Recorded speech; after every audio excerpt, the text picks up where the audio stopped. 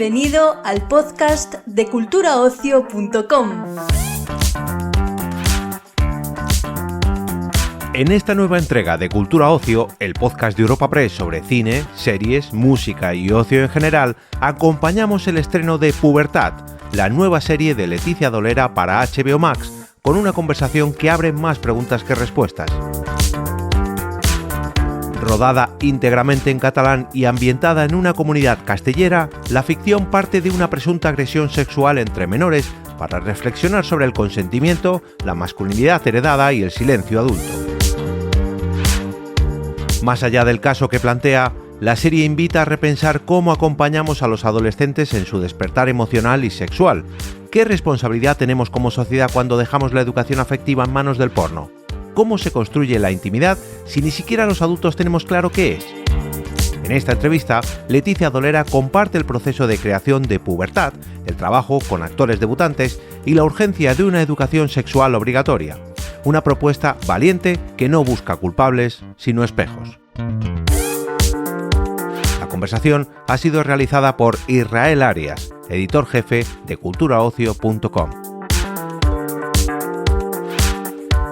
Bueno, Leticia, encantado de estar aquí compartiendo contigo unos minutos para hablar de Pubertad, tu nueva serie. Lo primero que me gustaría preguntarte es en qué momento exacto y por qué decidiste que tenías que contar esta historia, de meterte en un tema tan delicado como el de los abusos sexuales a menores.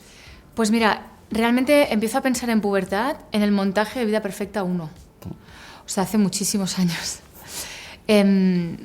Pero bueno, supongo que en ese momento pues no encuentro pues, el motor suficiente, ¿no? La semilla no es suficientemente grande como para que vaya a contar eso. Entonces luego llega Vida Perfecta 2 y me pongo con eso. Y ya luego, recuerdo que durante el COVID le di muchas vueltas a esto, ¿no? Porque me habían contado algún caso de algún abuso o supuesto abuso, ¿no? Porque siempre hay esa confusión entre menores. Y sobre todo lo que me impactaba más era cómo reaccionaban los adultos a su alrededor. Uh-huh. Eso sumado a una conversación que tuve una vez con una chica que es madre, feminista, y que me decía que sentía que el feminismo no estaba interpelando a sus hijos y que cómo iba ella a conseguir que sus hijos fueran feministas y ¿no? que consideran que la igualdad era necesaria y que no habíamos llegado a ella si el feminismo lo sentían como un ataque. Uh-huh. Entonces pensé, hay un tema aquí que tenemos que seguir hablando. Uh-huh. Fueron años, he leído años de investigación, años de hablar con expertos, de recabar testimonio. En todo ese proceso, ¿cuál fue el testimonio, el dato, la información, aquello que más te marcó durante todos estos años pegada a este proyecto?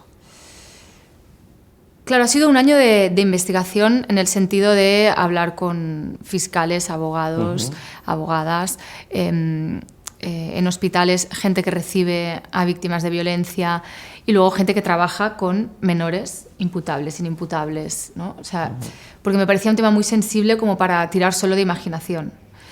Y lo que más me impactó era ver cómo realmente hay una cosa que se repite y es que los menores de situaciones socioeconómicas más bajas y situaciones socioeconómicas más altas son los que más conflictos de violencia del tipo que sea tienen. Digamos que la clase media es donde menos, pero cuando hay familias pues que de pocos recursos o de muchos recursos, esto me sorprendió mucho. Y luego ver también la confusión, ver cómo realmente la pornografía sí que está influyendo en la mentalidad de los chavales, mucho. O sea, no es una cuestión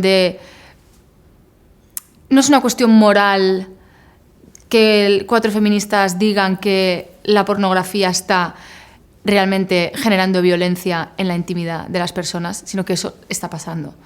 Y me sorprendió cómo muchas psicólogas me contaban que cuando los chavales ven mucho porno, realmente no comprenden el no de las chicas. Uh-huh. A no ser que sea un no súper no clarísimo, ¿no? Como que no hay una pérdida de contacto y de comprensión y de empatía hacia el otro.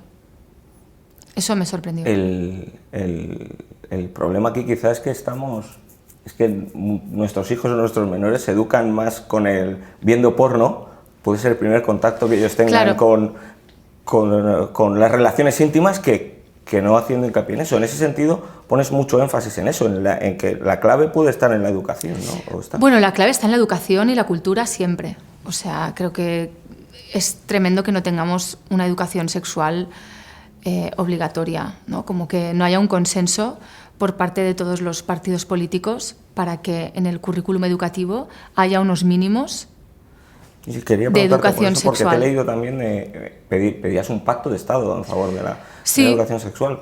Es que, bueno, a mí me parece tan grave realmente que no se hable de sexualidad en unos términos que tengan que ver también con la psicología, con la edad, ¿no? Y que dejemos a los niños desde la infancia hasta la adolescencia, pero en la infancia también, ¿no? Porque en la infancia hay un momento de autodescubrimiento y evidentemente no estoy diciendo cosas como de repente dicen algunos políticos de ultraderecha, se quiere enseñar a los niños de 5 años a masturbarse. No estamos hablando de eso, estamos hablando de que la sexualidad te atraviesa en el momento en el que tienes un cuerpo sexuado. Entonces, desde la infancia te atraviesa. Y que lo percibas como un tabú, como un pecado, como algo malo, tampoco es bueno. Igual que tampoco es buena, bajo mi punto de vista, la visión ahora capitalista que se vende sobre todo a las adolescentes de la sexualidad, ¿no? Y de tu capital sexual, y te empoderas a través de la mirada masculina, pero en tanto que puede ser sexualizable. Y al final les tenemos a los chavales y a las chavalas perdidos como perdidos estamos los adultos, en el fondo, porque tampoco hemos resuelto la cuestión del consentimiento, ni tampoco hemos resuelto la cuestión de la sexualidad, porque tengo la sensación de que sigue siendo un tabú cuando se habla de... Está entrando algo por el altavoz. Nada. Que los propios adultos no hemos resuelto el tema del consentimiento y sobre todo tengo la sensación de que hablamos de sexualidad, pero nunca hablamos de vulnerabilidad en tanto que la sexualidad. Nunca hablamos de la sexualidad como lugar de autoconocimiento o de conocimiento del otro o de comunicación, ¿no? Parece que si hablas de eso tienes una visión moralista de la sexualidad, cuando, perdona, es que la sexualidad te atraviesa de una forma muy profunda y muy radical, ¿no? Entonces, si los adultos no tenemos resuelto esto, esperamos que los adolescentes lo hagan y les dejamos en manos del porno. Al final, realmente creo que sí, que tiene que haber un lugar de consenso, de mínimos, un pacto de mínimos para un tema tan importante. Y fíjate, ¿no? Enseguida se dice, no, ahora tiene que entrar la política a mi cama. Y es como, bueno, es que al final, claro que la sexualidad es un tema íntimo, pero claro que es un tema político también, ¿no? Porque interviene muchas veces el poder.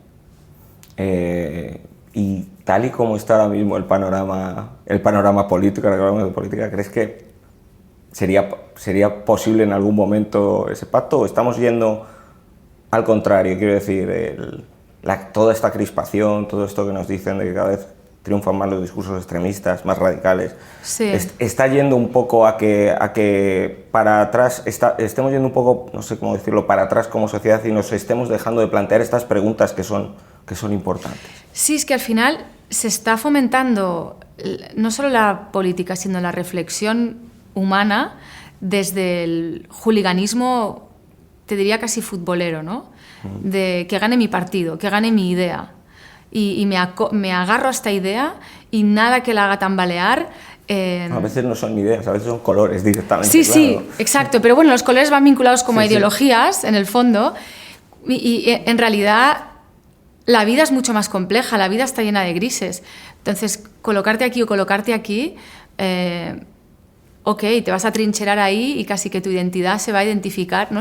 La vas a vincular con tu ideología, pero la vida está aquí realmente. Y en estos tiempos de algoritmo y de, pues esto, de hooliganismo, a mí me sorprende que...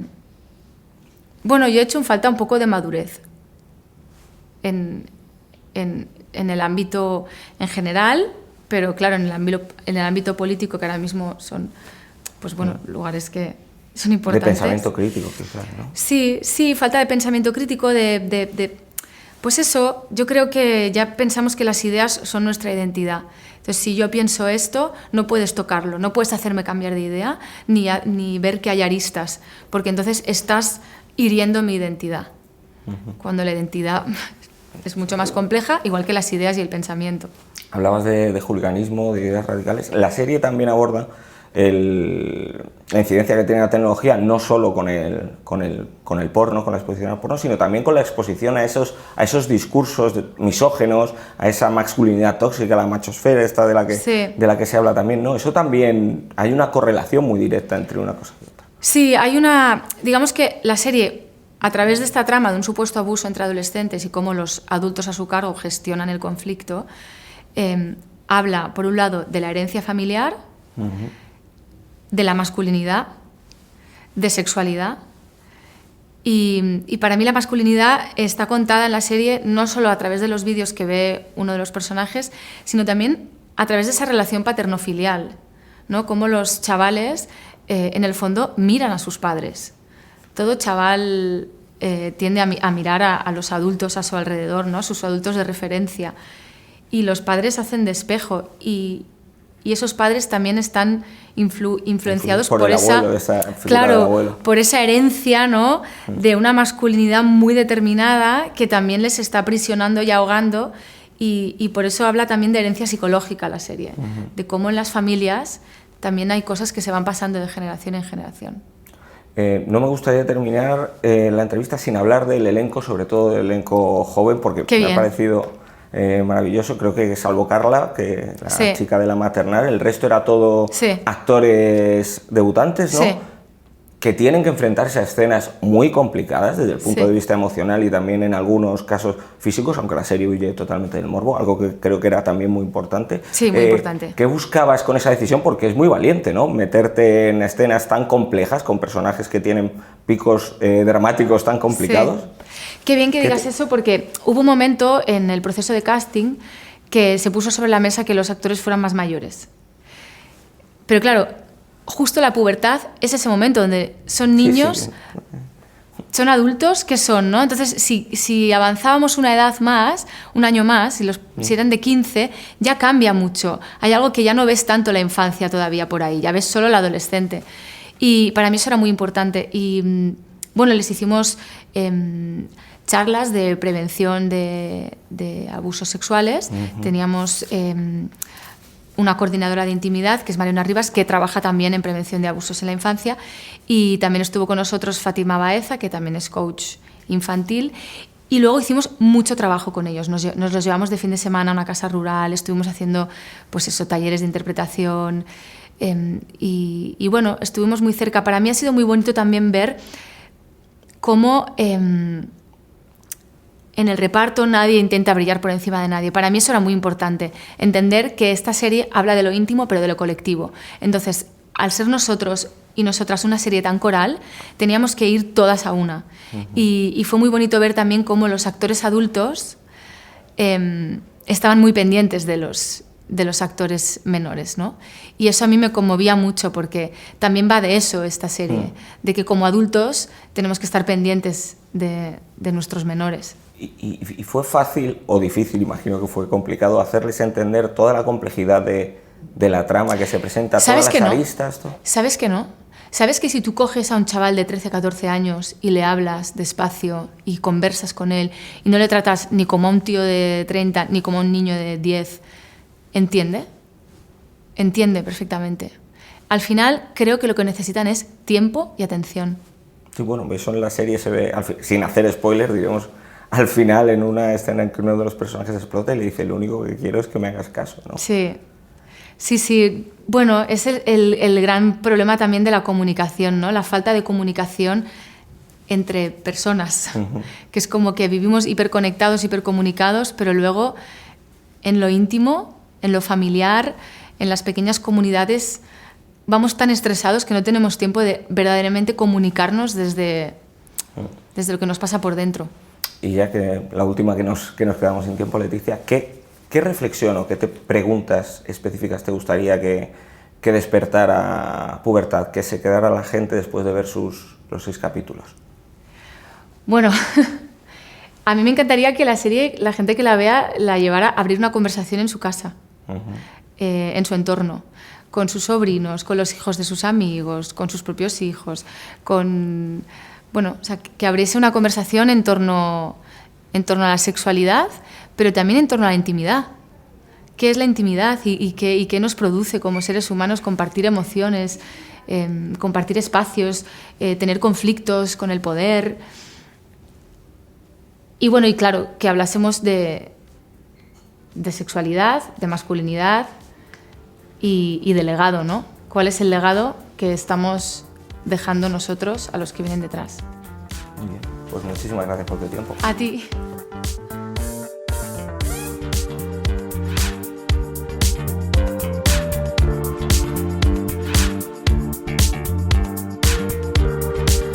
Despedimos esta entrega del podcast culturaocio.com invitándote a descubrir el resto de episodios de este podcast, así como todo el catálogo de programas de nuestra red a través de Europa Press-podcast. Recuerda, todos ellos están disponibles en las principales plataformas de podcasting.